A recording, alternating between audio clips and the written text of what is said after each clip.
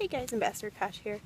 I wanted to talk to you guys about today, like dogs.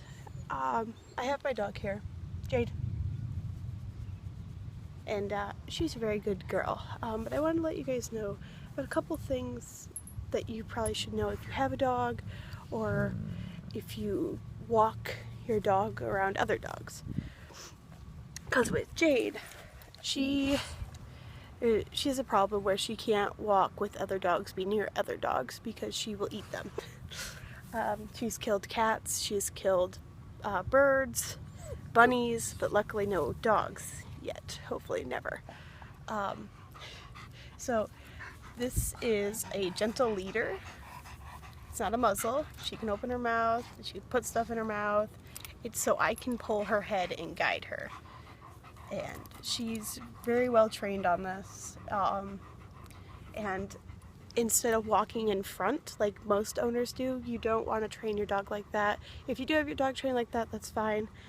But the problem with that is if she's walking in front of me and another dog is coming, it's harder for me to pull her back, especially if the owner's not paying attention and I'm busy watching how she's doing. And that's why I don't like listening to music or doing other things while I'm walking her. I like to pay attention to my surroundings and pay attention to how she's feeling. And the way I pay attention to how she's feeling is there are some signals you can give them to relax them and calm them down, and they'll give you the signals back. So one of the signals is if you yawn loud enough, your dog will lick its lips or yawn back. So see, and that's just telling me that I'm relaxed, don't worry, I understand, I'm calm. So there's other signs too, like you can gently look at your dog and blink your eyes slowly, just little stuff like that. But on the walk, that's the main thing I use, is I yawn, I look down and see if she licks her lips.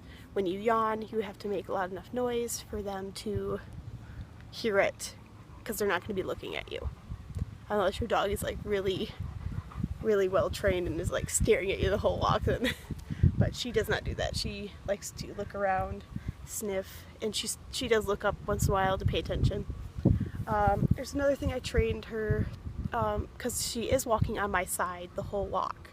It's harder for me to turn across the street or get her attention to go another way.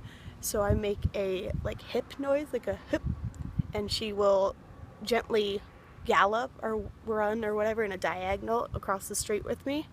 It does take her a minute to like, oh, I'm going this way, okay, and she will kind of run so we can get across the street faster. It's a pretty good thing to have, just in case. But she, there's one more thing I want to talk to you guys about. If you have a dog and you're on a walk and you see another person with the dog, that doesn't mean you should go up to them. You can get close, but if you see that their dog has any signs of like aggression or anything, you make your dog sit and you ask the person, is it safe to approach your dog with my dog? If they tell you no, say okay and just go on your walk. Because with her, if you get too close, there's no way that she's a big dog, guys. And I have her hooked up to a harness and a leader. And you can see, when I'm on my walk, I hold this part, and this part is around my other arm. So I'm like secured, and it's also on her collar. The gentle leader is hooked onto her collar. So she's really secure, but she could still, there's always that chance that she could rip away or something will happen where she would be able to get to another person's dog. The last thing I want to talk to you guys about is when you see someone walking their dog, and if you're alone, you don't have another dog, you have maybe a couple other people with you, and you ask, well, if you just come up to a person's dog and pet them, that is probably not okay, because you need to ask the person no matter what, no matter if it's a service dog or just a regular dog or anything. You don't know how the dog's going to react, especially if it's a group of people. With her, she's not really used to groups of people, think she gets a little anxious and she could snap at someone. So I like taking her out when no one's here.